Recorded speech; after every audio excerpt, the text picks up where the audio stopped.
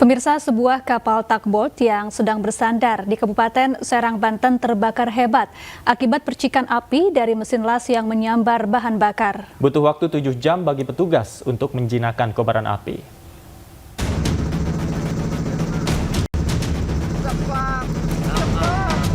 Kapal tugboat Johar Jaya 113 terbakar saat berada di jeti yang berlokasi di Desa Margagiri, Bojonegara, Kabupaten Serang, Banten. Kebakaran diduga berasal dari percikan api mesin las yang dipakai memperbaiki kapal.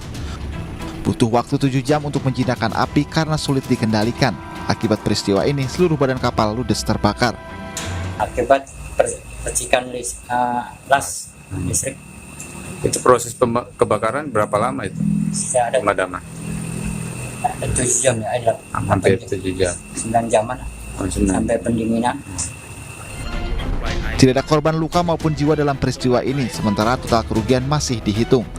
Dari Serang, Banten, Mahesa Afriandi, iNews melaporkan. Sebuah mobil minibus yang diduga travel gelap dirusak oleh sejumlah sopir angkutan umum di Kecamatan Salawu, Kabupaten Tasikmalaya, Jawa Barat. Para sopir angkutan umum menganggap bahwa keberadaan travel gelap sangat merugikan bagi para sopir angkutan umum resmi.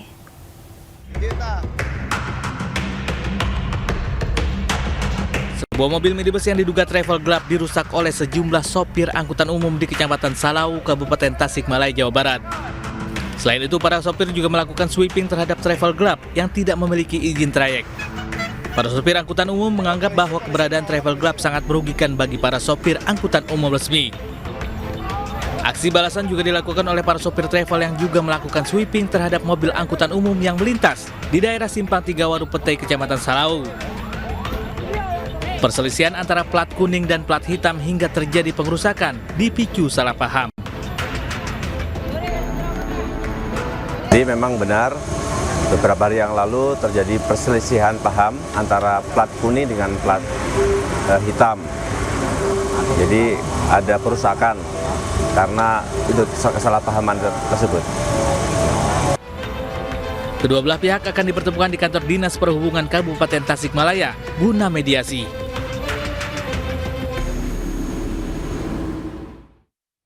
Kita beralih ke informasi lain, pemirsa. Aplikasi Peduli Lindungi dituding melanggar hak asasi manusia oleh Departemen Luar Negeri Amerika Serikat. Namun Kementerian Kesehatan menegaskan tuduhan itu tidak berdasar.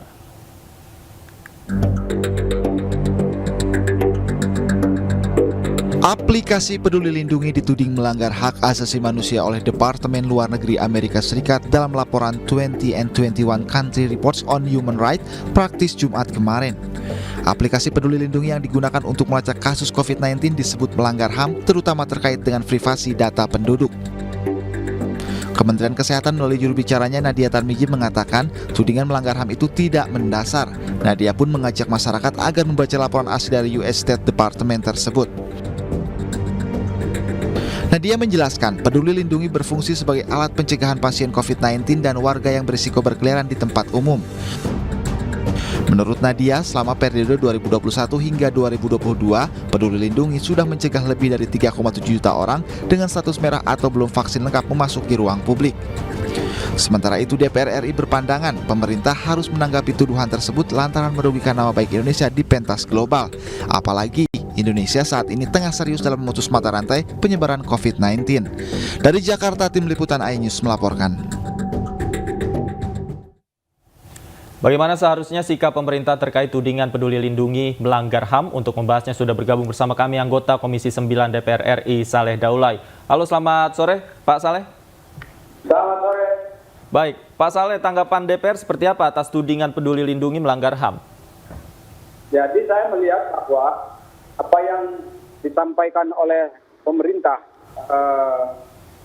Amerika Serikat ini atau Kementerian Luar Negeri Amerika Serikat ini adalah tuduhan yang sangat serius ya, dan karena itu kita harus memberikan tanggapan juga secara serius dan sungguh-sungguh. Kenapa? Karena tuduhan yang dikatakan sebagai pelanggaran HAM ini adalah tuduhan yang bisa mencederai nama baik Indonesia di pentas global.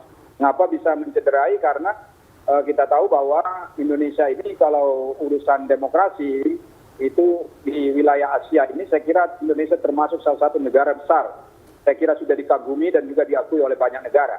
Tetapi dengan adanya tuduhan kalau kita melanggar hak, dengan adanya aplikasi Peduli Lindungi ini, maka ini menjadi sangat serius. Dan karena itulah maka saya mendorong pemerintah kita itu untuk memberikan jawaban terhadap tuduhan yang disampaikan itu. Jadi kalau kita lihat bahwa katanya aplikasi Peduli Lindungi ini bisa berpotensi melanggar HAM karena ada data-data warga negara yang disimpan di sana dan dikhawatirkan disalahgunakan dan seterusnya. Ini saya kira mesti harus dijawab. Pertama yang harus dijawab oleh pemerintah kita adalah apa itu aplikasi Peduli Lindungi. Kemudian yang kedua, apa manfaat dari aplikasi Peduli Lindungi ini. Kemudian dijelaskan juga data-data apa saja yang disimpan di dalam aplikasi Peduli Lindungi itu. Dan bagaimana dampak daripada aplikasi Peduli Lindungi ini dalam rangka memutus mata rantai penyebaran virus COVID-19 di Indonesia. Dan juga sekaligus bagaimana agenda kita ke depan dalam memanfaatkan aplikasi Peduli Lindungi ini. Nah, ini harus dijawab secara tuntas supaya publik tahu bahwa sebetulnya aplikasi Peduli Lindungi ini tidak seperti yang dituduhkan oleh pemerintah Amerika Serikat itu.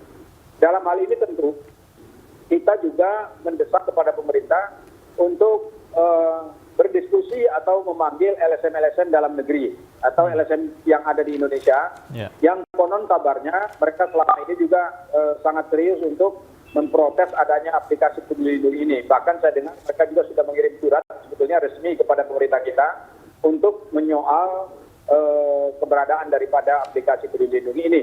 Di dalam diskusi-diskusi yang akan dilakukan nanti dengan LSM itu, tentu pemerintah kita harus bertanya sebetulnya apa masalah yang muncul, apa yang dikhawatirkan oleh mereka, kemudian potensi pelanggaran HAM seperti apa yang dikhawatirkan oleh mereka sehingga membuat laporan seperti itu dan ditangkap oleh dunia internasional, dalam hal ini tentu pemerintah Amerika Serikat. Dan nanti juga tentu kita berharap bahwa pemerintah kita dengan LSM tersebut memiliki kesamaan visi, juga memiliki kesamaan persepsi, sehingga nanti sama-sama tidak ada di antara kita, itu baik pemerintah Indonesia maupun LSM ini yang katakanlah tidak sepakat ya untuk mengatakan bahwa tidak ada pelanggaran HAM. Kalau masih ada yang katakanlah salah satu pihak dalam hal ini katakan LSM masih menduga adanya pelanggaran HAM, itu potensi bahwa ini akan publikasi ke ranah yang lebih luas di pentas internasional saya kira akan tetap terbuka.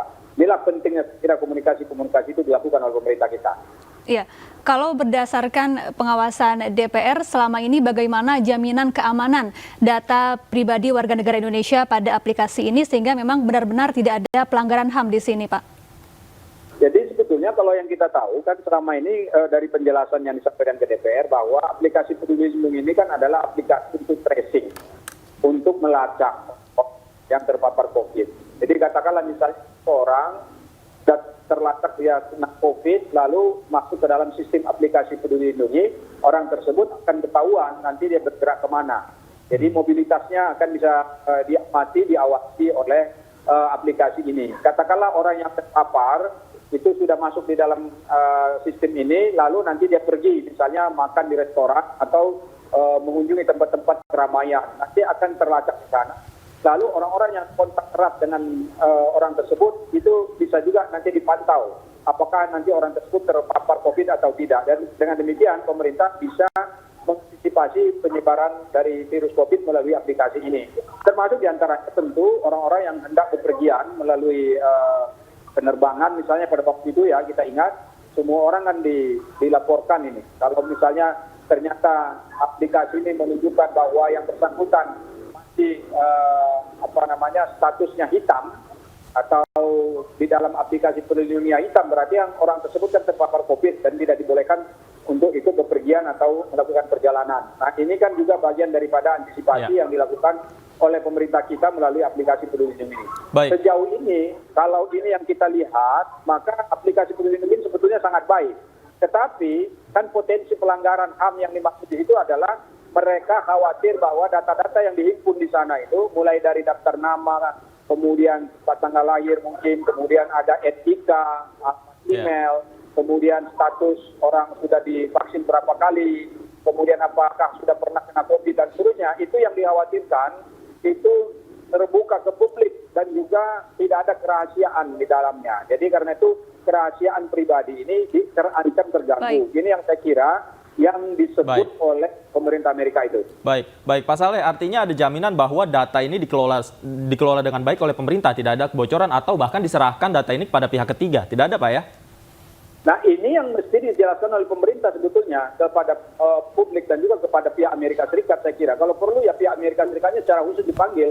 Ya katakanlah misalnya dubesnya atau siapa misalnya yang otoritatif dipanggil untuk dijelaskan. Supaya mereka tidak memberikan penilaian buruk seperti itu pada kita.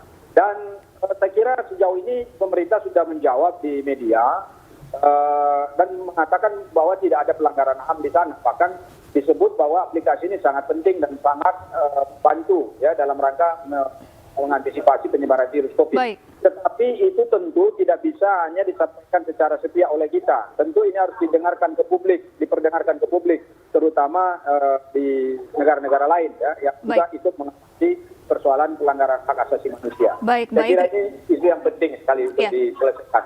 Baik, terima kasih Pak Saleh Daulay, anggota Komisi 9 DPR RI telah bergabung bersama kami di iNews Sore. Pemirsa, iNews Sore masih akan kembali dengan sejumlah informasi menarik lainnya, di antaranya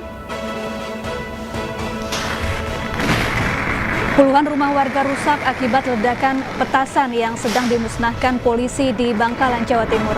Belum diketahui pasti apakah ada korban akibat kejadian tersebut.